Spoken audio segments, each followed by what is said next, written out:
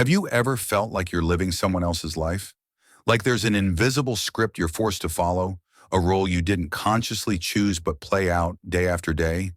You make resolutions, you set goals, you try to change, but somehow you find yourself back in the same old patterns, reacting in familiar ways, stuck in a loop that feels unbreakable. That nagging feeling that something is off, that despite all your efforts, an unseen current pulls you away from the person you aspire to be. You see it in the dead-end job you can't seem to leave, the recurring arguments that poison your relationships, the self-sabotage that rears its head just when things are looking up. You scroll through the highlight reels of others, their curated perfection, and a voice whispers, "Why can't I get it right? Why am I like this?" This isn't just fleeting frustration. It's a deep, visceral ache, a feeling of being unseen, even by yourself, a fear that, at your core, you're somehow fundamentally flawed, forever wrestling with these invisible chains. We live in an age of endless advice, of quick fixes and life hacks. Think positive when they say, just be confident, hustle harder. We try, we affirmations, we journal, we meditate, we chase the next productivity trend. And sometimes, for a little while, it feels like it's working. But then, the old shadows creep back. The anxiety tightens its grip. The familiar despair returns. Why? Because these surface-level solutions often fail to address the real architects of our behavior, the deep, ancient blueprints buried within our psyche. What if I told you that these patterns, these struggles, these feelings of being controlled are not unique to you? That they are part of a universal human experience, echoes of stories and roles played out for millennia? What if the very forces that seem to limit you also hold the key to profound understanding and liberation? There was a thinker, a pioneer of the mind, who dared to venture into these hidden territories. He saw that beneath our conscious awareness lies a vast, powerful realm, the unconscious, and within it, universal patterns, primordial images that shape our perceptions, drive our motivations, and script our lives. His name was Carl Jung, and he warned us that if we remain ignorant of these forces, these archetypes, they will indeed control us. We will mistake their influence for fate, for inescapable reality, for just the way I am. But here's the twist, the empowering truth Jung uncovered. Understanding these archetypes isn't about fighting an enemy. It's about meeting the hidden parts of yourself. It's about recognizing the invisible cages, not so you can despair, but so you can finally see the doors. Jung believed that these archetypes, while powerful, are not our masters unless we allow them to be. They are, in essence, the raw material of our humanity, the psychic DNA passed down through generations. They are the hero, the sage, the innocent, the orphan, the magician, and many more playing out their dramas within us. The problem isn't that these archetypes exist. The problem is our unawareness of them. It's like trying to navigate a complex city with no map, bumping into the same walls, getting lost down the same dead-end streets. Jung provided a map, a way to identify these powerful inner figures. He showed us that by bringing these archetypes into conscious awareness, we can begin to understand their influence, integrate their energies, and ultimately reclaim our agency. This journey isn't about finding a quick fix. It's about embarking on a profound exploration of your inner world. It's about understanding the 5 core archetypes that Jung identified as having a particularly potent grip on our lives, the ones that, when unexamined, can keep us trapped, repeating cycles of pain and confusion. But when understood, they can become our greatest allies, guiding us toward a life of greater meaning, authenticity, and purpose. Are you ready to meet them? Before we continue, if you're loving this content, join our community by subscribing. Your support fuels us to go further. So where do we begin this journey of uncovering the archetypes that shape our lives? We start with the most immediate, the ones closest to our everyday experience, yet often profoundly misunderstood. These aren't distant, mythical figures. They are active within you, right now. The first archetype we must confront is one you wear every single day. Jung called it the persona. Think of it as your social mask, the curated version of yourself that you present to the world. It's the polite smile you offer your boss, the confident demeanor you adopt in meetings, the witty persona you craft for social media. It's the collection of roles: the good employee, the caring friend, the responsible parent, the sophisticated intellectual that help you navigate society. Now, the persona isn't inherently bad. Jung understood it as a necessary interface between your individual consciousness and the collective world. It allows for smoother social interactions. It protects your more vulnerable private self from constant exposure. Imagine trying to go through a single day without any persona. It would be chaotic, exhausting, and likely quite alienating. But here's where it begins to control you. The danger arises when we over-identify with the persona, when the mask becomes fused to the face, when you forget that the role you're playing is just a role, not the entirety of who you are. Do you ever feel exhausted from constantly trying to be who you think others expect you to be? That's the persona working overtime. You're so invested in maintaining this idealized image, the competent professional who never falters, the ever-cheerful friend who never has a bad day, that you start to believe it's your true self. And the parts of you that don't fit this polished image, they get suppressed, ignored, pushed down. This is where that feeling of inauthenticity, of being unseen even by yourself, takes root. The fear of judgment becomes immense because if the mask slips, what will people see? The burnout we experience is often the strain of upholding a persona that consumes all our energy, leaving nothing for the real self beneath. As Jung pointed out, the persona is a compromise between individual and society as to what a man should appear to be. But when that compromise demands a sacrifice of your authentic self, it becomes a prison. Understanding the persona is the first step to reclaiming your power. It's not about shattering the mask and living in a state of raw, unfiltered exposure. It's about recognizing it as a mask, a useful tool that you can consciously choose to wear, adapt, or even set aside when appropriate. It's about creating space between who you are and the roles you play, allowing your genuine self to breathe. But if the persona is what we show to the world, what about the parts we hide, even from ourselves? This brings us to perhaps the most potent and often misunderstood archetype, the shadow. The shadow, in Jungian terms, is the unconscious repository of everything we've disowned about ourselves.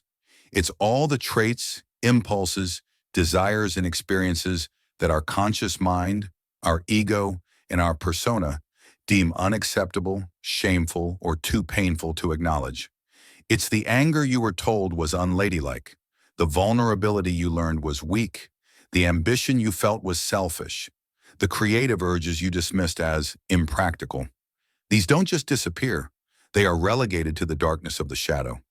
And because it's unconscious, the shadow exerts a powerful, often disruptive, influence on our lives.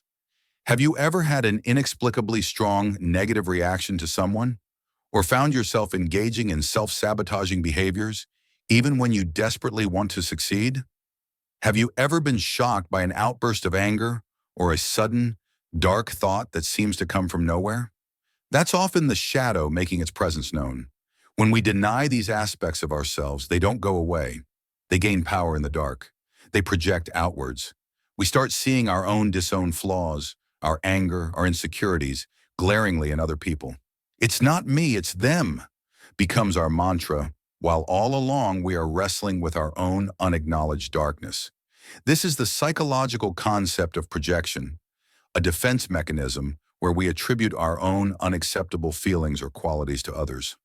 Carl Jung warned that everyone carries a shadow, and the less it is embodied in the individual's conscious life, the blacker and denser it is.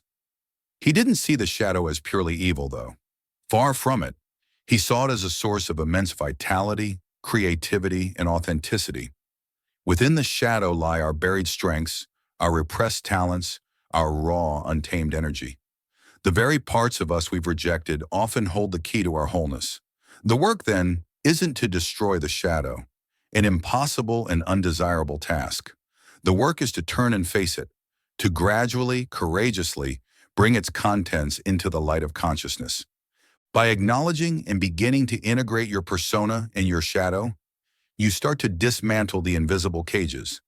You begin to see how these powerful inner forces have been shaping your reality, often without your permission. And in that seeing, a new possibility emerges. The possibility of conscious choice, of a more authentic and integrated self. But these two are only the beginning. There are other powerful archetypes waiting in the wings, each with its own lessons, its own challenges, and its own unique contribution to your journey. Having glimpsed the masks we wear with the persona and the hidden depths of the shadow, we venture further into the intricate landscape of our psyche. Beyond these, Jung identified other fundamental archetypes that unconsciously steer our choices, our relationships, and our search for meaning. Consider your relationships, particularly with the opposite sex, or more broadly, with qualities you perceive as other than your primary gender identification. Have you ever felt an almost mystical pull towards someone, idealizing them beyond reality, only to be bitterly disappointed when they didn't live up to your unconscious expectations? Or perhaps you found yourself inexplicably irritated by or drawn into conflict with aspects of the other sex that seem to mirror your own unacknowledged inner life. This is often the realm of the Anima and Animus. For a man, the Anima is the unconscious, feminine aspect of his psyche. For a woman, the Animus is the unconscious, masculine aspect. These aren't about societal gender roles. They represent the totality of psychological tendencies, instincts, and archetypal images of the other that reside within each of us. Jung believed that we each carry an inner image of the opposite sex, formed from childhood experiences, cultural influences, and the collective unconscious. When the anima or animus is unconscious and unintegrated, it gets projected. A man might project his idealized anima onto a woman, seeing her not as she is, but as a goddess, a muse, or a perfect nurturing figure, only to feel betrayed when her human flaws emerge.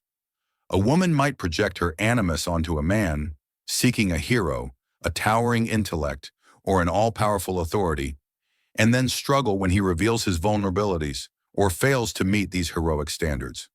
Conversely, a negative anima projection can lead a man to see women as manipulative or overly emotional, while a negative animus projection can cause a woman to perceive men as brutish, domineering, or coldly rational. These projections are powerful. They dictate our attractions, fuel our relational dramas, and can keep us locked in repetitive, unsatisfying relationship patterns, always seeking something outside ourselves that truly lies within. The core pain here is profound, a feeling of never truly connecting, of being perpetually misunderstood or disappointed by the other, because we are actually wrestling with an unacknowledged part of ourselves. But as with all archetypes, awareness flips this into empowerment. Jung taught that integrating the anima or animus is a vital step towards psychological wholeness. For a man, embracing his anima means connecting with his capacity for relatedness, intuition, empathy, and creativity. For a woman, integrating her animus allows her to access her assertiveness, her analytical thinking, her courage, and her ability to take decisive action in the world. This isn't about becoming androgynous. It's about becoming more whole. When we withdraw these projections and begin to cultivate these inner qualities, our relationships transform. We start to see others more clearly, appreciate them for who they are, and connect on a deeper, more authentic level. The anima and animus, once sources of confusion and conflict, become bridges to profound self-understanding and richer, more balanced connections with the world. Now, as we navigate this complex inner terrain, we often yearn for guidance, for wisdom, for a sense of meaning that transcends the everyday. This longing points us towards another crucial archetype, the wise old man or the wise old woman, often simply called the sage. This archetype represents our innate human capacity for wisdom, insight, understanding, and spiritual truth. It's the part of us that seeks meaning, reflects on life's big questions, and can offer profound guidance from a place of deep knowing. You've encountered the sage archetype in countless stories, the mentor, the hermit, the prophet, the spiritual teacher who appears at a crucial moment to offer life-changing advice. But this archetype isn't just external. It lives within you. However, if our connection to this inner sage is weak, or if we haven't learned to discern true wisdom from its counterfeits, we can be easily controlled. We might endlessly seek external gurus, blindly following charismatic leaders or dogmatic belief systems, abdicating our own critical thinking. Or the unintegrated sage can manifest negatively as a cynical know-it-all, rigidly attached to their own opinions, or as a detached intellectual who has knowledge but no true embodied wisdom. We might feel adrift, lacking a moral compass, or paralyzed by existential doubt, unable to access that deeper wellspring of inner knowing. The pain is one of feeling lost, unguided, or duped by false prophets, whether external or internal. But here, too, empowerment comes through conscious cultivation. Carl Jung suggested that encountering the sage archetype often happens later in life, after navigating the challenges of the persona, shadow, and anima, animus. However, its seeds are always present. Cultivating your inner sage involves slowing down, listening to your intuition, engaging in self-reflection, and seeking genuine understanding rather than quick answers. It's about valuing experience, learning from mistakes, and developing discernment. It means recognizing that true wisdom isn't just about accumulating information, it's about embodying understanding and living in accordance with deeper principles. When you connect with your inner sage, you tap into a profound source of calm, clarity, and purpose. You become less swayed by external noise and more attuned to your own internal guidance system.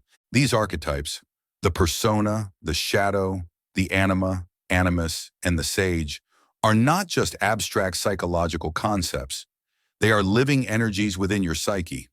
By learning their language, by understanding their influence, you move from being unconsciously directed by them to consciously engaging with them. And there is one more archetype, the central organizing principle that encompasses all others, towards which this entire journey of self-discovery ultimately leads. We've journeyed through the mask we present to the world with the persona, delved into the hidden aspects of our shadow, and explored the relational dynamics of the anima and animus. We've sought guidance from the archetype of the sage. But where does all this lead? What is the ultimate goal of this profound inner work? Carl Jung proposed that at the very core of our being, orchestrating this intricate dance of archetypes, lies the self. The self is not the ego, our conscious sense of I. The self, in Jungian psychology, is the central, unifying archetype of wholeness. It is the entirety of the psyche, encompassing both the conscious and the unconscious. It represents our innate striving towards integration, completeness, and the full realization of our potential. Think of the self as the sun around which all the other archetypal planets orbit. It is the organizing principle, the ultimate destination of our psychological and spiritual development, a process Jung called individuation. When we are alienated from the self, we feel fragmented, rudderless, and devoid of true meaning. We might chase external validation, material success, or fleeting pleasures, yet still feel an underlying emptiness. This is the core pain of a life lived out of alignment with our deepest, most authentic nature. We might feel like a collection of disconnected parts, rather than a coherent whole. The struggle is a profound sense of not knowing who we truly are, or what our unique purpose is. We are controlled not by one specific archetype in isolation, but by the disarray among them, by the lack of a central, guiding intelligence. But here's the empowering revelation. The self is not something we create. It is something we uncover. It is already present within us, like a blueprint for our fullest expression. The journey of engaging with the persona, integrating the shadow, balancing the anima, animus, and accessing the wisdom of the sage is all in service of clearing the path to the self. As Jung observed, the self is not only the center but also the whole circumference which embraces both conscious and unconscious. It is the center of this totality, just as the ego is the center of consciousness. Accessing the self isn't about achieving a static state of perfection. It's about an ongoing dynamic process of becoming more whole, more authentic, more uniquely you. It's about living from a place of inner coherence, where your thoughts, feelings, and actions are aligned with your deepest values and your innate potential. When you are connected to the self, you experience a profound sense of inner calm, even amidst life's challenges. You find meaning not in external achievements, but in the journey of self-discovery and self-expression itself. You feel a sense of belonging, not because you conform, but because you are authentically connected to yourself, and through that, to the wider web of life. Now, acknowledging these archetypes and striving for integration isn't always easy. There will be resistance. As you begin to question your persona, your ego might feel threatened. Who am I if not this role I've played so well? As you dare to look into your shadow, you might feel guilt, shame, or fear. Can I really accept these dark parts of myself? As you try to withdraw projections from your anima or animus, you might experience turmoil in your relationships. This resistance, this backlash, is normal. Jung understood it as a natural part of the growth process. It's the psyche's old patterns fighting to maintain their hold. Normalize this. See it not as failure, but as evidence that you are engaging in truly transformative work. Growth often feels like shedding an old skin, uncomfortable, vulnerable, but ultimately liberating. The reward for this courageous inner work is immeasurable. It's not just about fixing problems. It's about unlocking a richer, more meaningful existence. Imagine moving through your days with a quiet confidence that comes not from arrogance, but from a deep knowing of who you are, shadows and all. Picture your relationships deepening, becoming more authentic as you stop projecting your inner world onto others. Envision making choices that are truly aligned with your soul's purpose, guided by an inner wisdom you've learned to trust. This is the promise of individuation, a life lived with greater consciousness, freedom, and a profound sense of authentic connection to yourself and the world around you. Carl Jung's warning was not meant to instill fear, but to awaken us to a profound opportunity. The archetypes that control your life when unconscious become your greatest guides when brought into the light. The journey isn't about eliminating them, it's about understanding their language, integrating their energies, and allowing the self, your true center, to emerge as the conductor of your inner orchestra. So the question isn't whether these archetypes are influencing you. They are. The real question is, will you remain their unwitting subject, or will you embrace the adventure of knowing them, and in doing so, come to truly know yourself? The path is there. The map has been offered. The journey to your most authentic life begins now.